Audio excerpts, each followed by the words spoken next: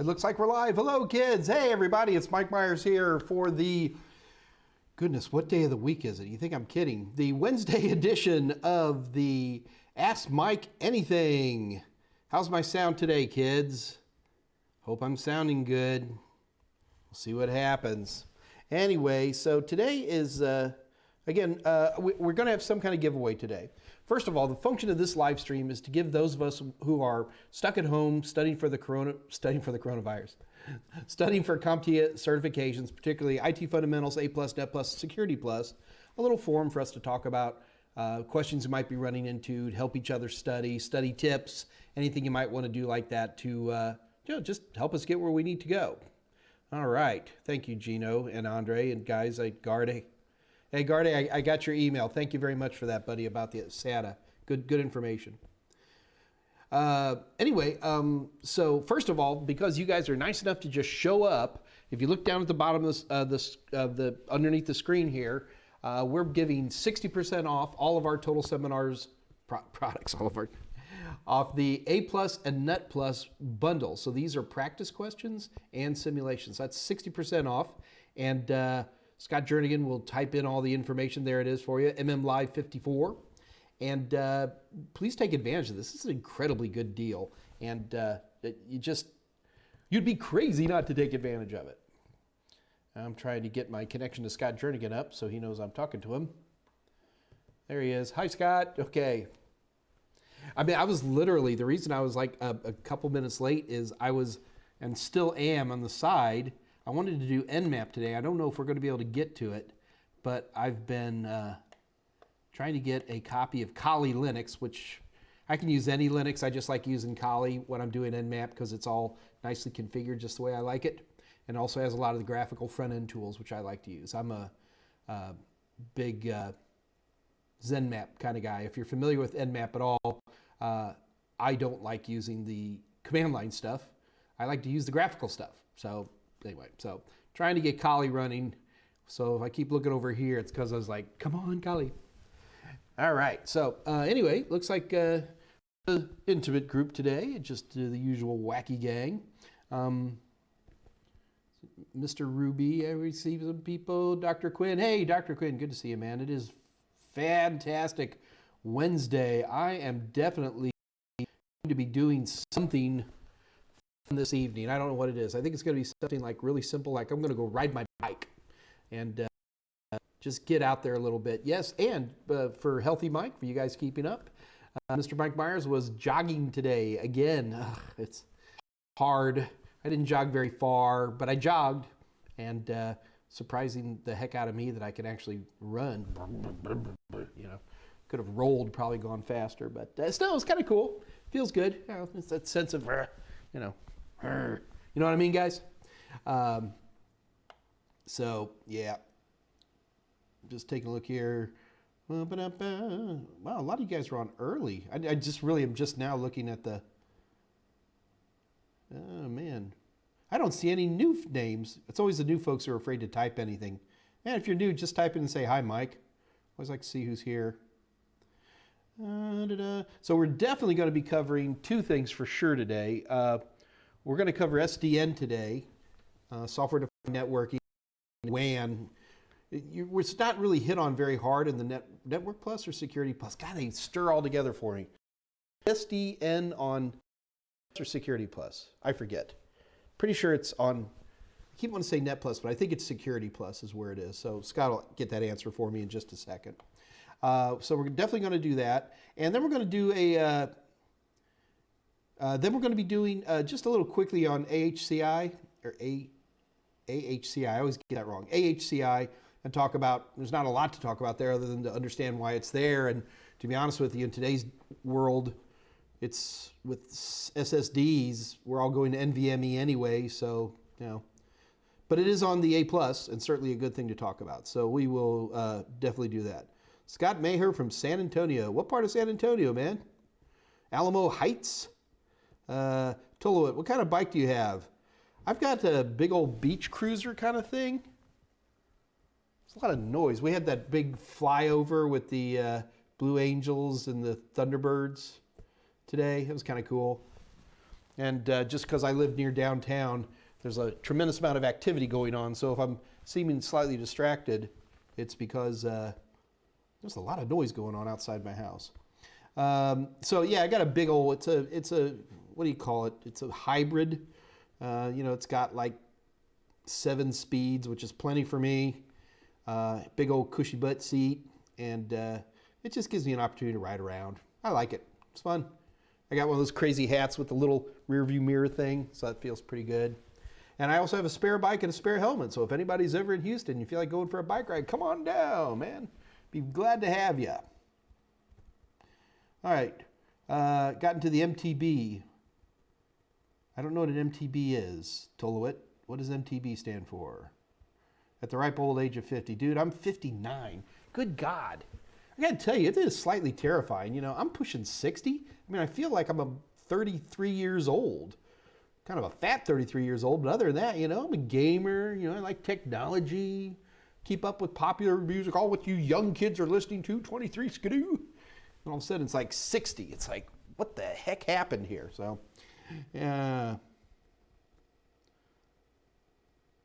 oh, here go. I'm sorry. Yeah, Kathy Yale from The Office, who's on. She's a big bike rider, and here gravel biking is my new thing. I don't even know what that is. And Dave Rush has a 4. Very, very funny. Dina Murray. Hey, Dina. Welcome aboard. So, So anyway, just for you new folks, keep in mind the whole goal here is JSB Robbie 200. Hello. I have a few topics that I want to talk about today, but in no way are my topics going to take up a full hour. So if you have questions or issues, not just technical issues, you have study issues that are going on, some study processes, anything that you want to ask questions about, this is why I'm here. I'm here to answer your questions. For you new folks, what happens is a lot of times is people ask fairly complicated questions that I need more prep time to answer well. And so a lot of times I go, I'm not going to answer that right now, but I'll answer it tomorrow or Thursday or whatever. And I should bring that up for you guys, for you new people. Here is my contact information. If you've got a question that you feel is involved, or even if I ask you to, this is how you contact me. So this is my first one is my Total Seminars account. The next one is my personal. It doesn't matter to me which one you use. They're identical. I get them all with equal amount. My Steam name is Signor Pepe. If you're ever feeling like gaming, I got to be honest with you, I am so busy right now that I have not been gaming at all. But especially as a few projects and this coronavirus gets passed, I'm definitely always up for some good gaming. This is my phone number. There is no one in the office right now because we are still in the isolation thing as per our governor of Texas. So there's nobody there right now. That phone does get answered, but mountain biking. Thank you, Tolowit. I did not know what you meant there, brother. But in general, you can get a hold of me. And when in doubt, just type in the word DesWeds. What's my Skype address? DesWeds. If you need to get a hold of me, just type DesWeds. I don't have a problem talking to people on the phone directly, and I usually talk to 1 or 2 people a day on the phone. But the problem is I get over 400 phone calls a day. I'm not kidding, and I have to screen stuff. So usually what will happen is if I want to talk to you on the phone, you send me an email, and I'll go, ooh, that's a good question, and I'll go, here, call me. Or actually, I won't even say that. I'll say, text me. Send me a text and say, yeah, hey, it's Gino from the YouTube live stream. Okay, Gino, and then we can talk about anything you want. So I'm always glad to talk to folks. I'm also a big texter, so it's whatever you guys like to do. I am always game. The important thing is that you do not have to feel like you are alone right now. There are always people to help. I'm here. I got a great team of guys behind me, and gals, sorry. Scott Jernigan, who's moderating this channel. Kathy Yale, who's logging in under Total Seminars channel, handles sales stuff and pricing and things like that. We've got Michael Smyer and Dave Rush, who are usually on, although they tend to be very quiet and they contact me through other channels, are great guys as well. And, we're here to help. We really are. In fact, if you are an instructor, Christian Rays, hey, Mike, Anyway, if you're an instructor who's got active courses being taught right now, we're really opening up the doors for you guys. So if you're an instructor, first of all, you have to contact Kathy Yale at totalsem.com. Scott's going to type that in for you.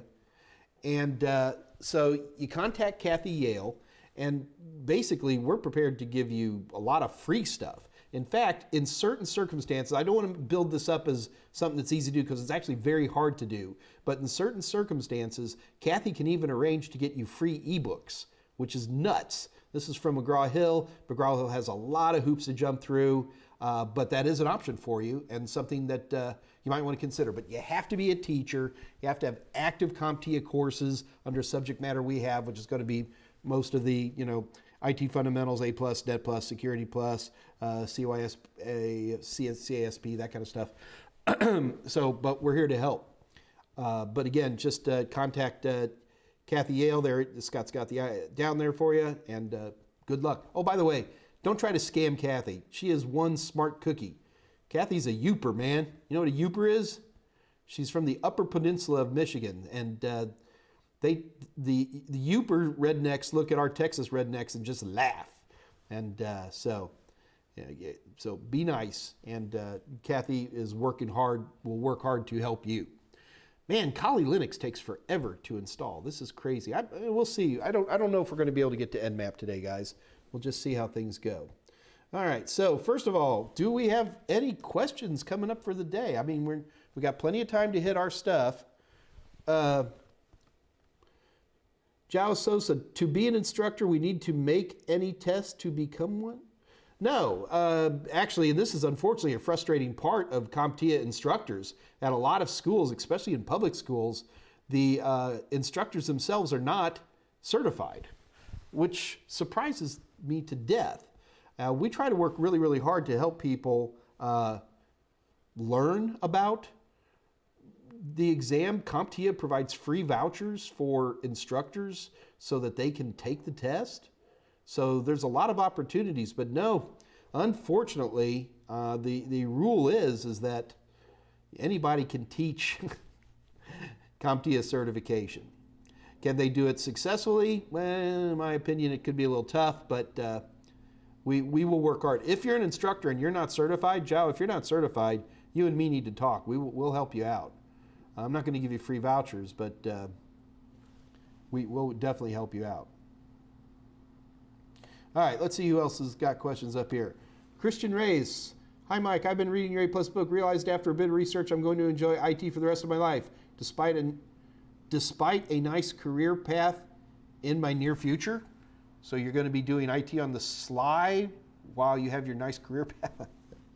Anyway, welcome, Christian. This is a lot of nerds around here.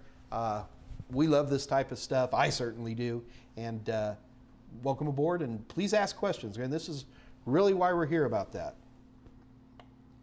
Yeah, my bikes got stolen too. They broke into they didn't even break into my garage. I got one of those new cloud-based garage door openers. Well, actually I didn't. I was using an old one, and my garage kept opening. So there's 16 dip switches in the old school garage door openers, and I think somebody hacked me.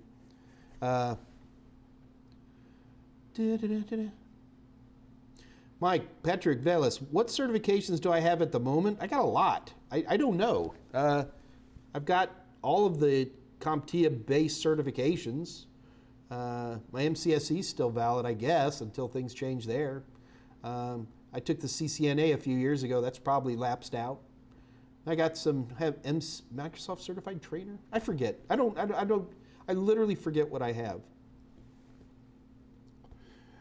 Ann McCarthy, Mike, I have an older Windows 7 computer what would you advise someone to do with it now? I'm a bit afraid to install a new operating system. Oh, I would have, well, Ann, I would recommend a great operating system to install on there. If it's a Windows 7 box, Windows 7 is the least important question to bring, the least important thing I want to know. How much RAM is in it? What kind of CPU is it running? Is it a desktop? Is it a laptop? In fact, Ann, take a moment and answer those questions for me. Roughly how much RAM is in it? Do you know what kind of CPU is in it? What kind of storage do you have? Is it a desktop or a laptop? Because probably the answer I'm going to tell you is you now have a wonderful Linux platform. But, Ann, go ahead and take a moment and type in those stuff so I know what the...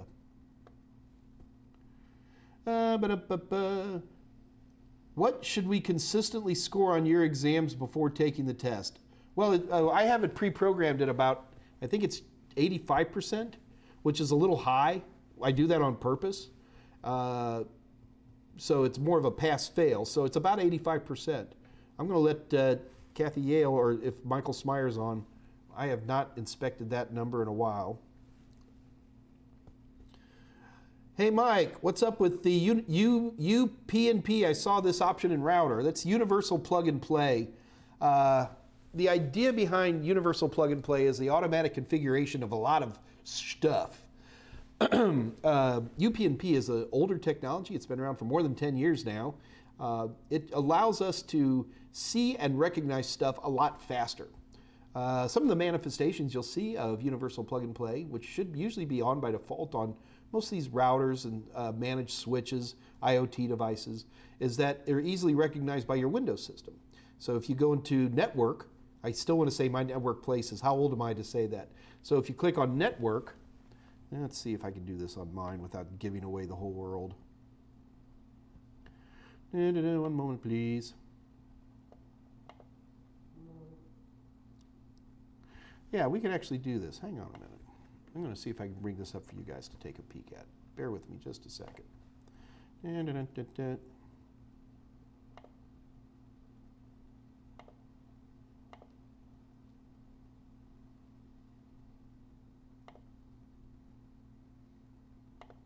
Okay, hang on, guys.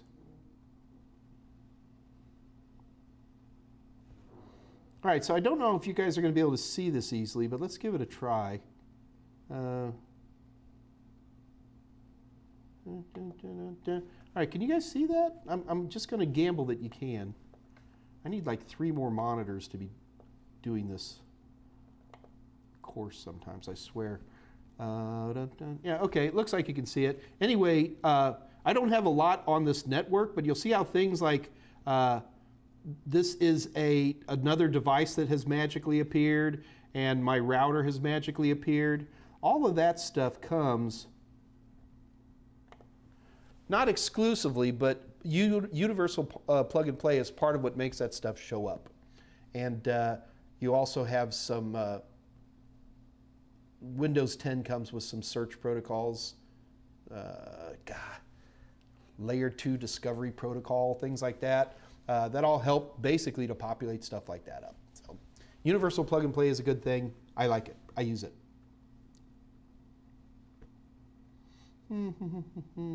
Looking at questions. Joe Sosa, no, I'm just thinking that becoming an instructor to the certs I get might be a good deal. Yeah, could be.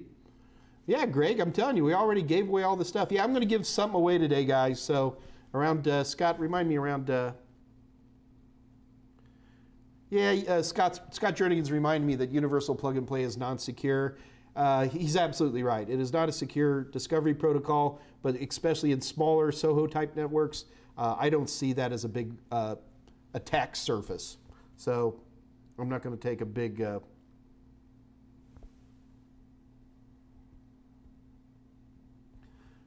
So I must have missed somebody's question. Thank you, Scott. I missed a question.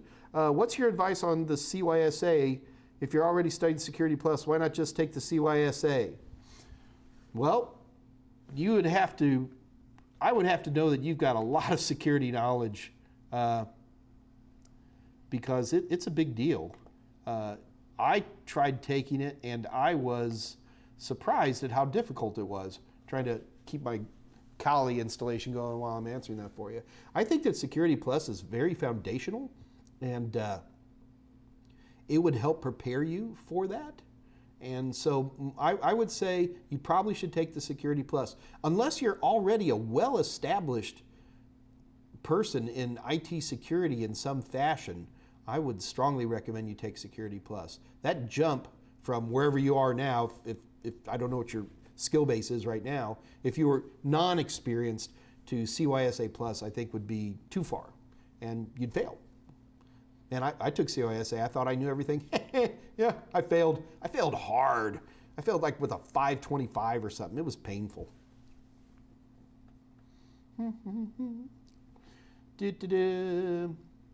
Mr. Ruby, how much emphasis on simulations? Not a lot. Again, I don't know what you're talking about. A Plus has more simulations than Network Plus, which probably has less simulations than Security Plus. I personally love the simulation questions. For the most part, simulation questions I think are easier than multiple choice.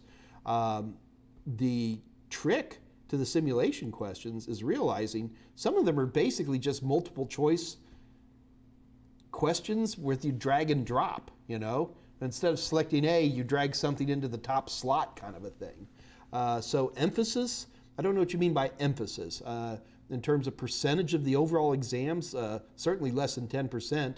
I'm pretty sure that you could skip all the simulation questions and do very, very well on the multiple choice and still pass. You remember, for you guys who are new, remember, I don't care what your score is on CompTIA exams. It's D for diploma, baby. And no one's ever going to ask you in a technical interview, you know, what was your score on Network Plus? They're not, because nobody cares. Just want to know if you got that badge that you can put on your chest.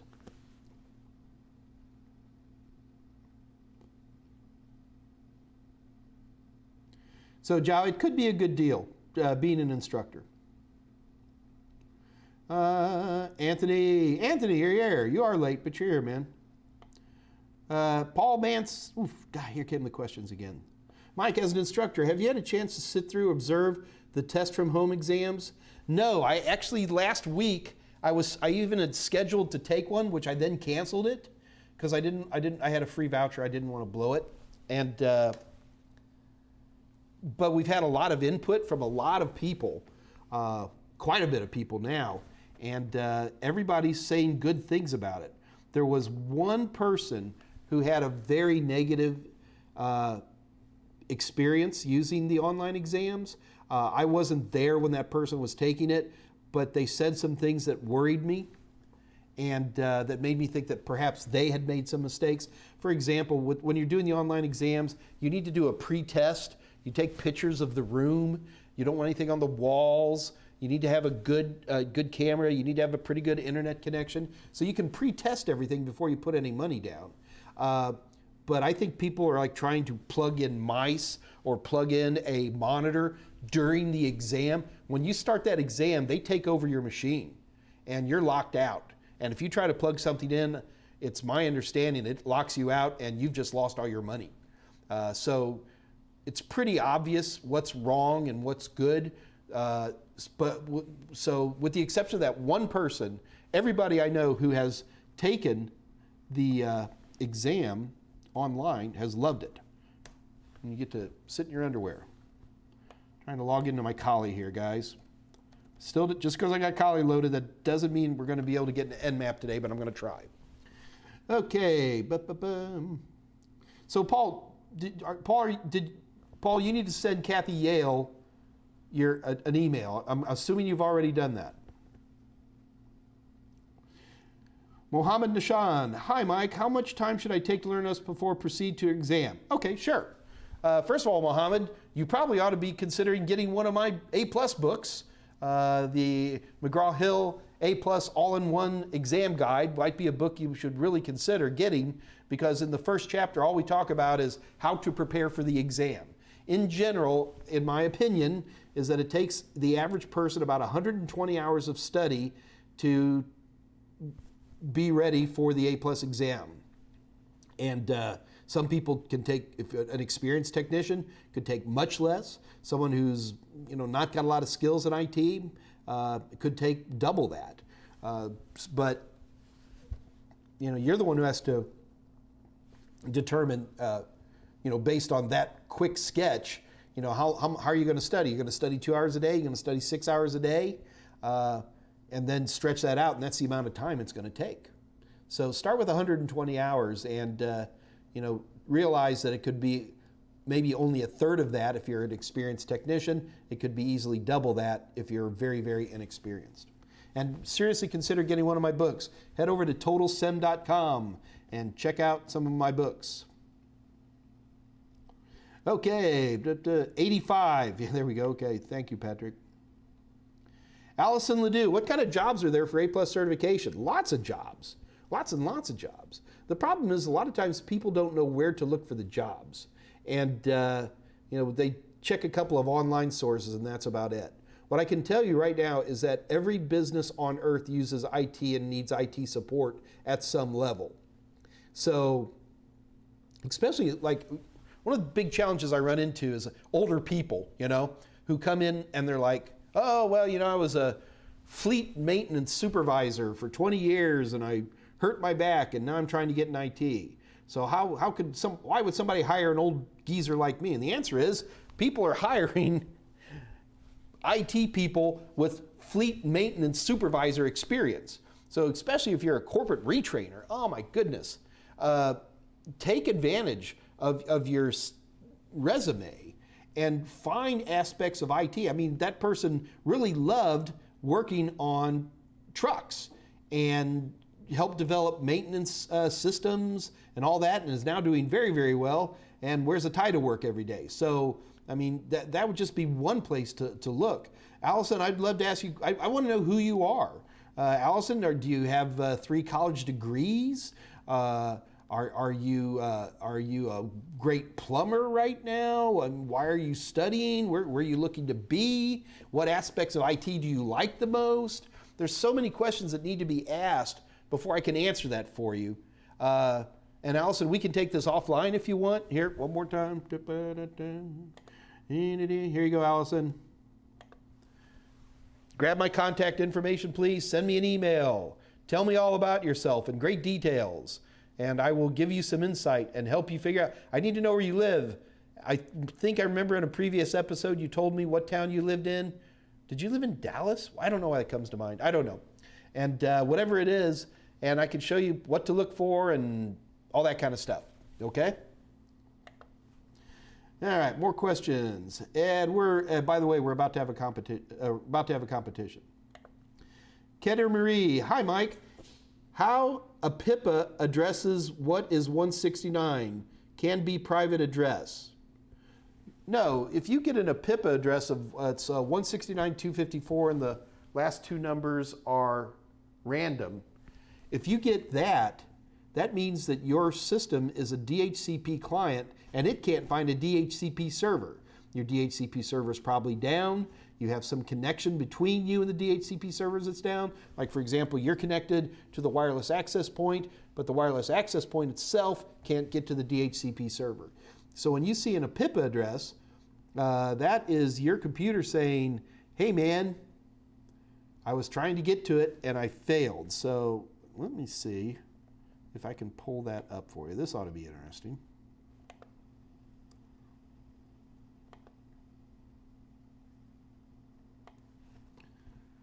Boop, boop.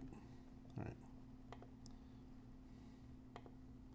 Okay, so what I did is I've gone into my system and I've settings, and what I'm going to do is I want to go over to I guess it would change connection properties will get me there. Nope. Change advanced. Nope, that's not it either. One moment, please. Network and Sharing Center.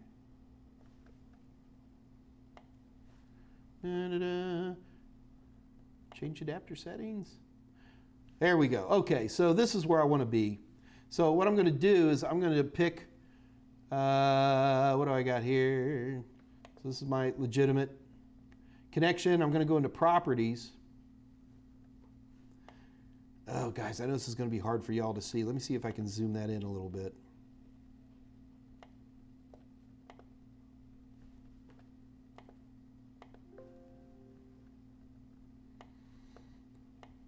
I totally can't zoom it. Let's see. We'll try see if we can pull this off.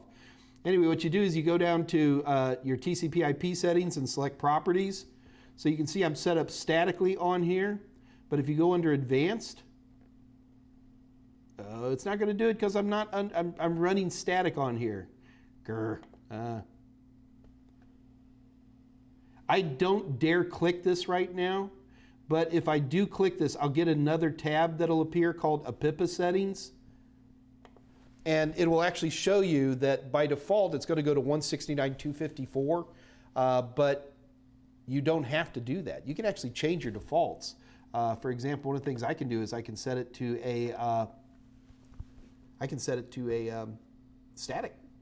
So if I got a 192.168.55 network, and I know that I'm not using anything from say 201 to 220, instead of having a PIPA address pop, I can have like 192.168.55.201.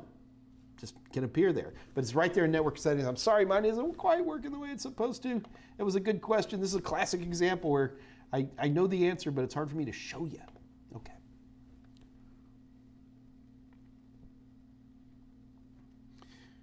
Dr. Quinn, hey Mike, would you mind taking a minute to share us about your early beginnings in the IT field? Sure, we can do that. Oh, Gaver's saying I just passed the CompTIA 1000. Hey, congratulations, man. Seriously, congrats. Well done, sir. I got started in the IT field back in the very late 70s. I was messing with a type of very early computer called it was used a bus called an S100 bus. It was a Zilog processor. It was running an operating system called CPM, which is kind of like the grandpa of DOS, and had 8-inch floppies. And I was mainly using it to write term papers for money. We'll leave it at that. So I got into that for a while. I started to get into PCs right at the very beginning when IBM PCs started to show up, and had a blast. Just kind of bounced around from job to job for a while. Mainly all I was doing was, nobody knew about PCs back then. I mean, they watched, commercials on television that IBM would try to tout that stuff. I ended up bouncing around. I got a job at the Texas Department of Transportation back in the very late 80s, and worked there for a number of years. And they used to have these seminars, and they would have these seminars, and the seminars would be like really expensive, and you'd end up having to go to like San Antonio or something like that. And the state was paying for all these courses, and I was getting pretty good, and I was sitting here in a class, and it was like, if by noon on the first day, you get your money back. So by noon on the first day, I went up to the instructor, I go, look, man, I don't mean to be offensive, but I know all of this. And the guy goes, you want a job teaching? And that's what started me. I worked for training companies for a number of years. By the mid-90s, my crazy brother-in-law, I was telling him, if you could only just do this and that.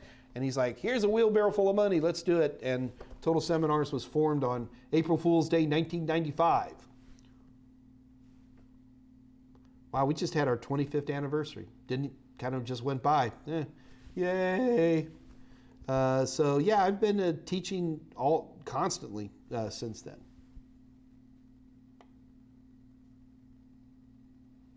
Okay, so you guys ready for a contest? Let's have a contest, all right? So we're going to be giving away, as usual, we're going to be giving away, as usual, a $25 gift certificate to ThinkGeek GameStop.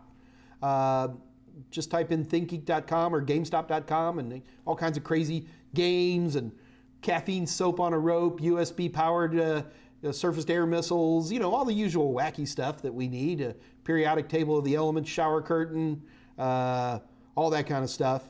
And so what we're going to have to do here, Vimal, man, I got to tell you, yes, good questions.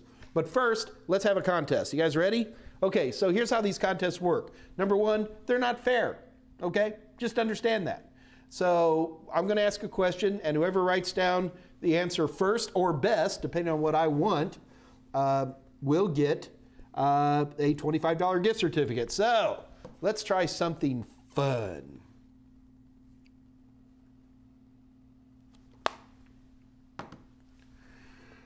I can name off the, and now by the way guys, your answer, you only hit enter once, so you have to type this all on one line and hit enter.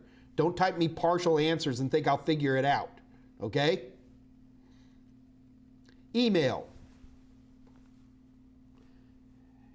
If I am running an IMAP server with SMTP, I'm going to need at least 2 port numbers, What are they? You ready? Go. Whoever types in, you have to type in 2 port numbers. Oh, and by the way, for those, you have to type in 2 port numbers and hit enter. Nope, not 42, Scott Jernigan.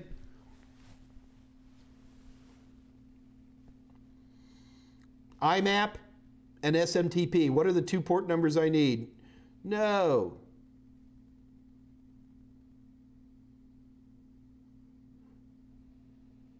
Yep, Paul Mansell. Folks, we already got a winner. Paul Mansell, way to go, brother. So Paul, what you need to do right now is send an email to Kathy Yale. I mean, do it now, okay? Send an email to Kathy Yale, say, I am the winner. I would like a $25 gift certificate, because all we need is that, all we need is your email, and we will send you a gift certificate. That was easy. Ha, man, you guys are fast. Next one's gonna be a lot harder. So Paul Mansell is the winner. Give it up for Paul Mansell, people. Yay! 25 and 143 is the correct answer. And if you're studying for A+ or Net+, brother, you should have these right off the top of your head like that, you know? Okay. All right, so let's, that was easy. Also, keep in mind, guys, Friday is always our big giveaway day. We'll definitely be giving away some books, probably giving away another $25 gift certificate. So Friday, if you're always looking for free stuff, that is the day to come, man. So please come on back. And so Paul, please send an email to Kathy Yale right now. And Scott will help you with that. So, Zhao, do they only make sense for people living in the USA? I don't know. God, I'm such a America centrist, you know? I mean, if you can go, here, Zhao, answer this question for me. Can you go to GameStop.com and order things from your faraway location? If you can, then it would still make sense, because all we do is send you a gift certificate to an email address. So it would probably ought to work anywhere, I would think. Brandon, I'm sorry that you're having your exam on Friday. Keep in mind, we give away stuff every Friday. In fact, we give away stuff like even today is an unscheduled giveaway. So, you know, we're giving stuff away all the time. So don't worry about that. Always glad to have it. So, Zhao, check that out for me, will you? And tell me if you can go to GameStop.com, enter, and can you order things from there? And if you can, then this will work for you. All right, so I do want to take some time. We are definitely not going to make it to Nmap today. I'm having problems with this Kali installation. But we do certainly have time to talk about software-defined networking, and more importantly, this is Bekistani Denzel. I'm on the final stretch of your Net Plus course. Only 2 hours left. Woo, go for it, man. All right, so let's talk about software-defined networking. Software-defined networking is a very interesting concept, but in order for me to explain software-defined networking to you, I need to take you back in time a little bit and help you understand how things were back in the bad old days. So what we have here is this could be a router or a switch, or let's just call it a router for right now. What we're going to do is, as we take a look at this, let me open the lid here a little bit. And as we look inside this thing, we're going to have 2 chips in there. There's going to be a CPU and an ASIC, and there's some other RAM in there as well, okay? Let's make sure we understand what these are for. The CPU is the central processing unit, just like a computer, and it does stuff like runs the operating system, handles all your configuration. So when you're at a command prompt at this router, it will go through and do all this configuration stuff for you. Those of you who have ever run iOS on a Cisco router know exactly what I'm talking about. If it is a router, it's going to create a routing table. So it basically does all the quote-unquote management stuff. But once things are up and cooking, it goes to the ASIC. An ASIC is an application-specific integrated circuit. ASICs, as their name infers, are designed to handle at a hardware level certain applications. So if, for example, graphics cards for a long time used ASICs, still do on a lot of them, to help move graphics around. There are ASICs that are designed for routing. Once they're handed a routing table from the CPU, They handle all the routing directly. You could use a CPU to handle the routing, but it would be incredibly, horribly slow. You want to do this quickly, you design an ASIC, and the ASIC does the actual heavy lifting of whatever box you're working on. I'm talking router right now, but keep in mind, we could use ASICs on just about anything. Every smartphone in existence has ASICs in it.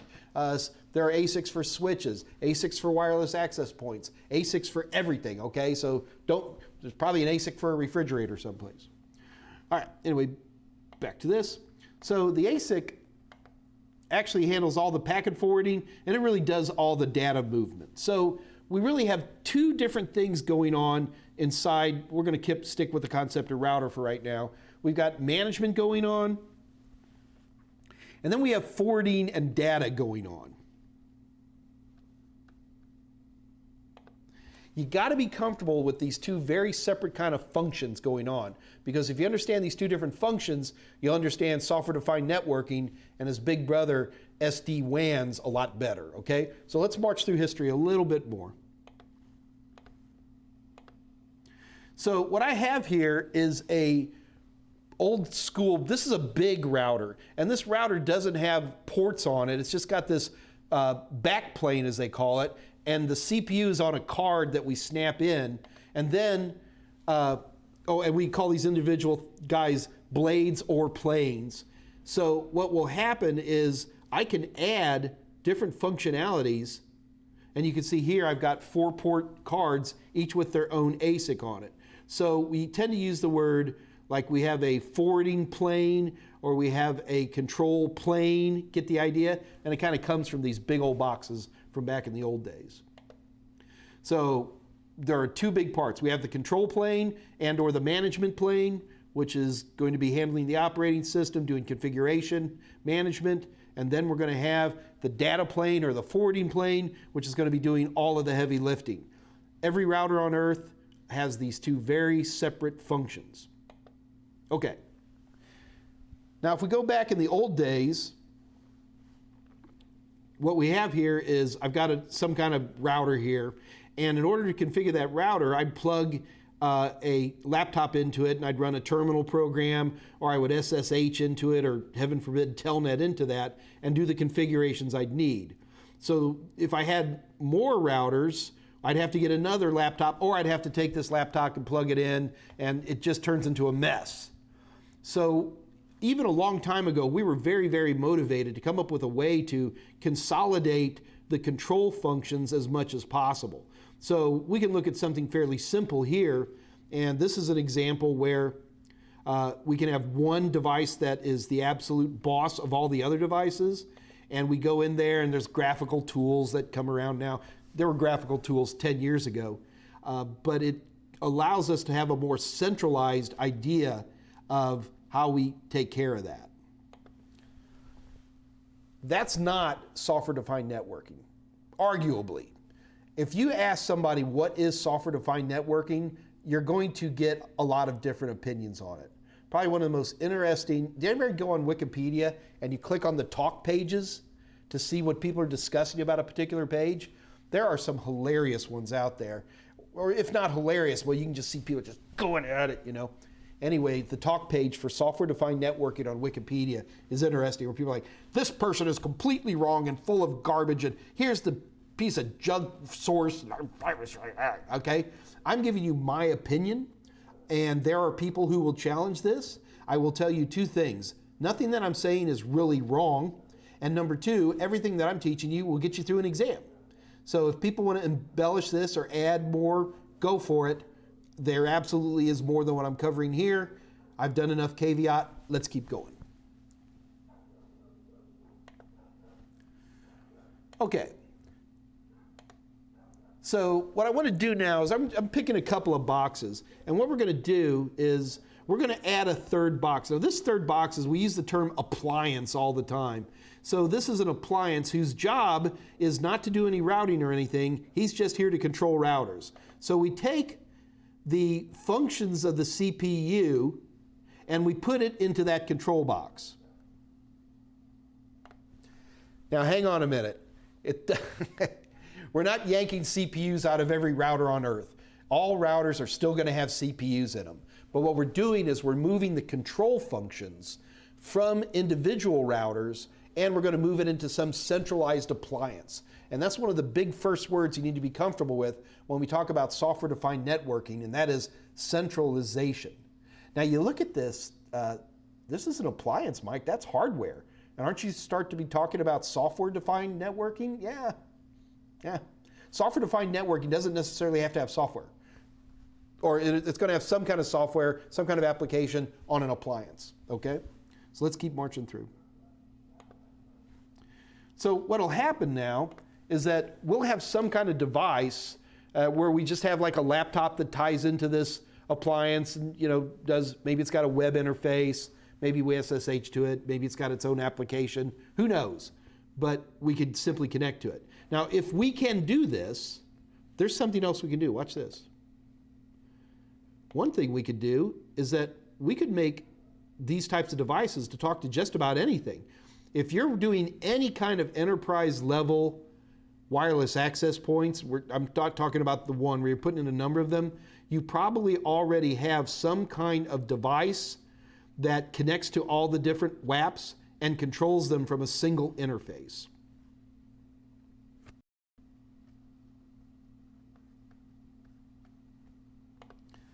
Trust me, there is nothing worse than having 20 wireless access points and you want to change the SSID and you have to manually go typing in different IP addresses, and yeah, it's not pretty.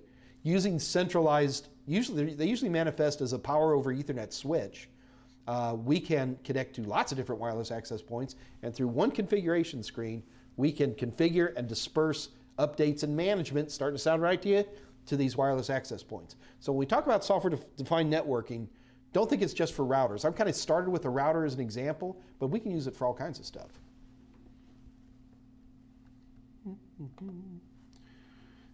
Now, we're not limited to just doing appliances like this. For example, if I wanted to, different people will actually provide software where I just have a regular desktop system here, or even a laptop, and it will emulate whatever tool set I need to disperse information out. Now keep in mind, these WAPs, and remember it could be routers as well, they still are doing all the forwarding on their own, but pretty much all of the control functions are going to be based on a piece of software. In fact, if I wanted to, I can even put them in a virtual machine. So the big advantages to software-defined network is, number one, you have centralized control. Number two, it's programmable. So I can set up stuff to say things like, okay, all of you WAPs turn off at 5 o'clock, the little things like that. So I have some good logic to them. They're dynamically adjustable. If I suddenly have a bunch of people showing up in one area, I can light up more WAPs automatically. I can do all kinds of stuff. If I'm doing routers, I can adjust routers for quality of service loads, all kinds of stuff like that. So it's pretty cool, eh? Well, wait till you see SD-WANs. An SD-WAN takes the concept of software-defined networking and takes it to a whole new level. What we're talking about is we're defining wide area networks through software as opposed to just networking itself. SD-WANs don't require you go to the cloud, but most of the SD-WAN solutions that we see out there today are cloud solutions. AWS has a SD-WAN, has a number of SD-WAN solutions on there. So as you start moving out towards cloud-based services, there's invariably all the big players have SD-WAN solutions built in. I mean, you can put your own in if you want, but they have stuff you can just click on an icon and say, let's use this. So keep in mind, most of the time when we're talking about SD-WAN, we're talking about cloud-based solutions, although we're really not limited to that. So let me explain to you the problem, and then I'm going to show you why SD-WANs are good.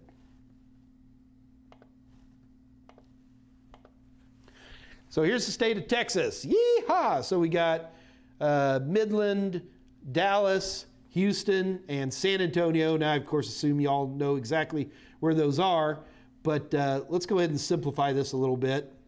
And what I want to do here is I'm going to create an old school connection here. So what we're looking at is Dallas is a headquarters, and then we have multiple locations all making one big connection. These connections are going to be old school MPLS lines, or heaven forbid, they're going to be leased lines where you're actually paying for the copper. And those are wildly expensive. I'm talking about T3 lines or OC3 lines that run from Dallas to Houston, and as long as you're paying the lease, you own that line and all the bandwidth in them.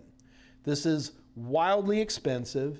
It's static. You don't have any adjustability to it, and it's point to point, so you can't really make much in the way of changes. SD-WAN solutions get rid of all that. What they do is, well, the goal of SD-WAN is to lower your costs and give you more flexibility with better security. That's the whole goal. Part of how they do that is by getting rid of these old school static lines. They just take advantage of regular old school broadband type connections. They can handle like LTE. They can even work with MPLS. So a lot of people, when you start learning about SD-WANs, you're going, oh, I'm going to rip out all these MPLS lines, and we'll just take our regular DOCSIS cable modem business class service, which is 1/10 the price, 1/20th the price, and save all this money. Well, that's not necessarily true. Some people need the big bandwidth of MPLS connectivities, so the idea here is that we could reduce it, and that's always a big goal. All right, so, but the whole idea behind this is that we're going to take advantage of lots of different types of connections to lower our costs. So let me show you on the slide here. Okay, so what we're going to do here is we're going to have a diagram. Now in this diagram, I've still got my MPLS connections in red here, but but you'll also notice that I've got the cloud in place as well. And green in this particular example is just going to be, say, cable modem, business class cable services from Xfinity or whatever it might be. Who cares? SD-WANs don't care. So we could use broadband connections, we could use LTE, we can use MPLS, we can use whatever you have, but the goal is to reduce costs by reducing static connectivities. So the SD-WAN advantage is we're going to have centralized control. It's usually going to be one interface page when you log into like Amazon Web Services. It's highly programmable. So programmable is important. I want to talk about that for a second. SD-WAN programmability, for example, a lot of times people have applications. Let's use probably the most classic is Office 365. Office 365 moves a tremendous amount of traffic around. And if you were just using old school MPLS connections, everything is going up and back on these connections, even if it doesn't need to, even if it's local connectivities and things like that. Yes, Office 365 has some tools to help keep that down, but when you use SD-WAN connectivity, now I'm just talking about Office 365 here, folks. I have 45,000 other examples, okay? You can control your data flows in such a way that you're not moving everything all the time. In fact, when you get these SD-WAN solutions, they already probably have pre-programmed Office 365 tool sets already ready to go. So that's just one tiny example of the programmability aspect to SD-WANs. They're dynamically adjustable. As changes take place, we have high demands or low demands, we can make adjustabilities, we can add connectivity with no problems whatsoever. SD-WAN makes our life very, very easy. We lower our operating expense. The idea, hopefully, is that we could start getting rid of lease lines and MPLS lines and start just counting on our regular old school internet connectivity. And we have efficient data use, and I think that's it. Oh no, and better WAN security. SD-WAN, I'll tell you, if you could have a whole career just learning SD-WAN. And all I was trying to do with this little quickie conversation here is get you up to speed on the concept of what SD-WANs can do. They're absolutely amazing, and they're a lot of fun, and I have really messed them up pretty good trying to play with them on my own on AWS, but we've certainly covered the important things that you need to know to get through the exam, that's for sure. Okay, is everybody happy? Yeah, SDN is in Security Plus. Thank you, Scott. Firkin, there you go. Good luck, man. Congrats on the pass.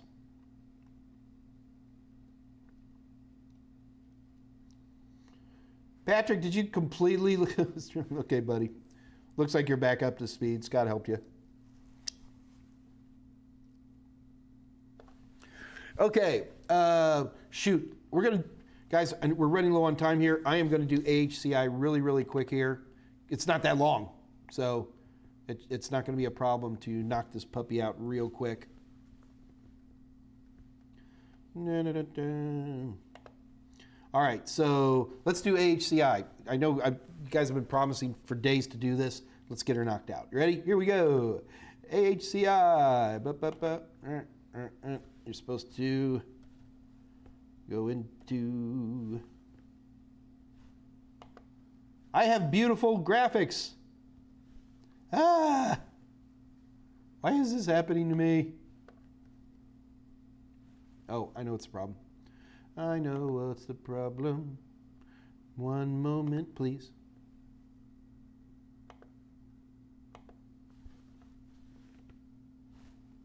There we go. Okay. So first of all, let's understand, why do we use AHCI is a update to the old ATA standards to talk to hard drives. When SATA drives came along, they came with a lot of new features that were not in the original ATA PI specifications. For example, with when SATA came along, the old PATA master slave up to 4 drive thing didn't even make sense. So with a SATA setup, you could have up to 32 drives. You can also hot swap SATA drives. They have that feature built in. Now the drive itself has to be ready for hot swapping, but you can do that. And they also have something called native command queuing.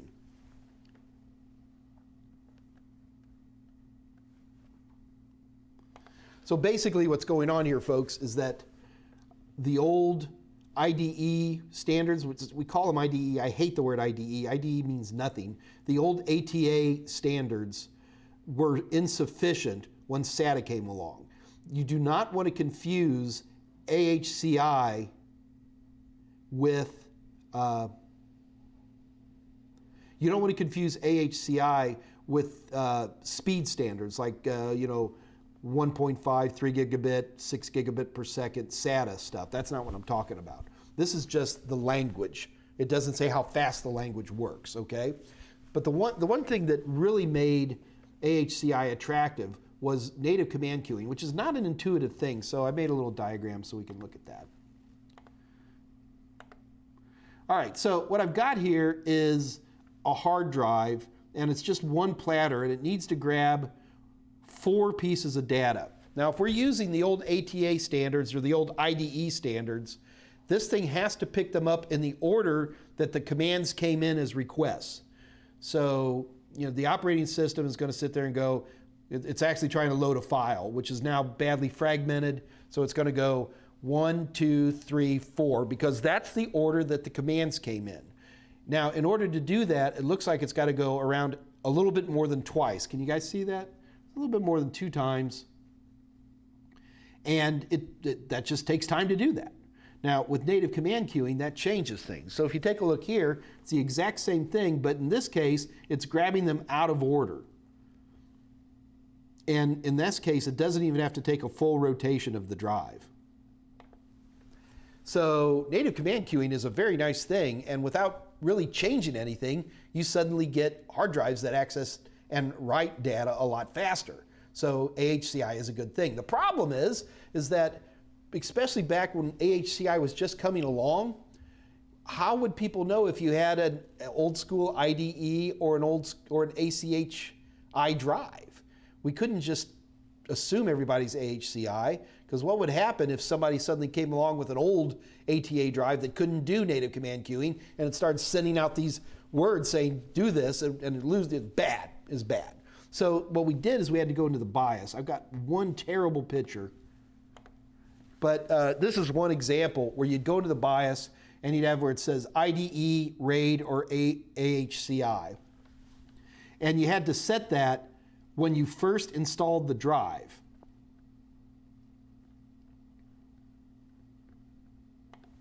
So this was, and still is, a bit of a problem. When you have a brand new system and you're installing Windows in particular, you need to go into your BIOS and configure that for AHCI. Now, that BIOS screen you just saw is pretty old, and you pretty much never see IDE as an option anymore. Every now and then you'll see one where it says legacy, which you're talking about an old, you've got some ancient old hard drive that doesn't know how to talk AHCI. Every hard drive made in the last 5 years, probably 7 or 8 years, is all AHCI compliant. If it's SATA, I guarantee it. So yeah.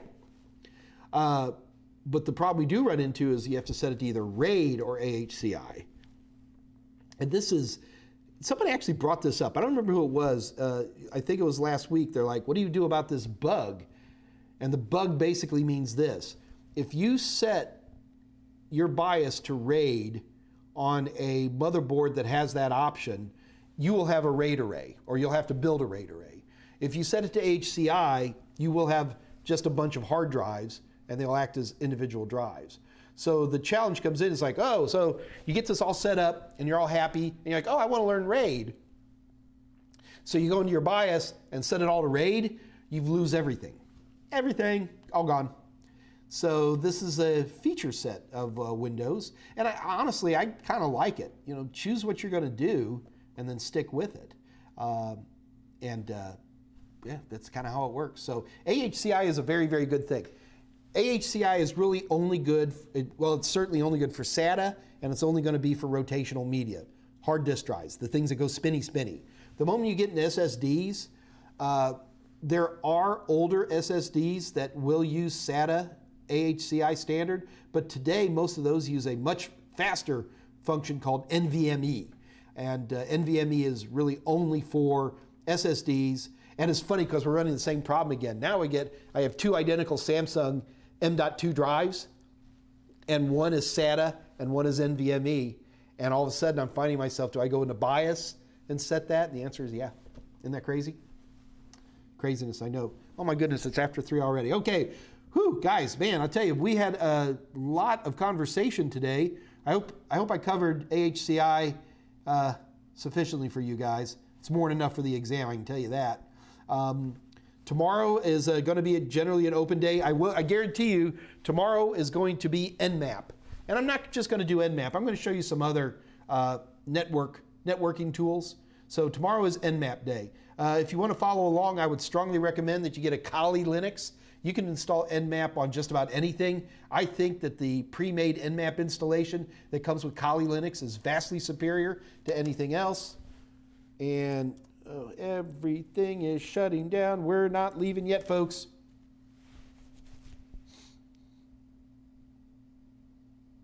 Okay. So anyway, that's all we've got for today. Be ready for Nmap tomorrow. And until then, this is your little Uncle Mikey saying good night. Good night.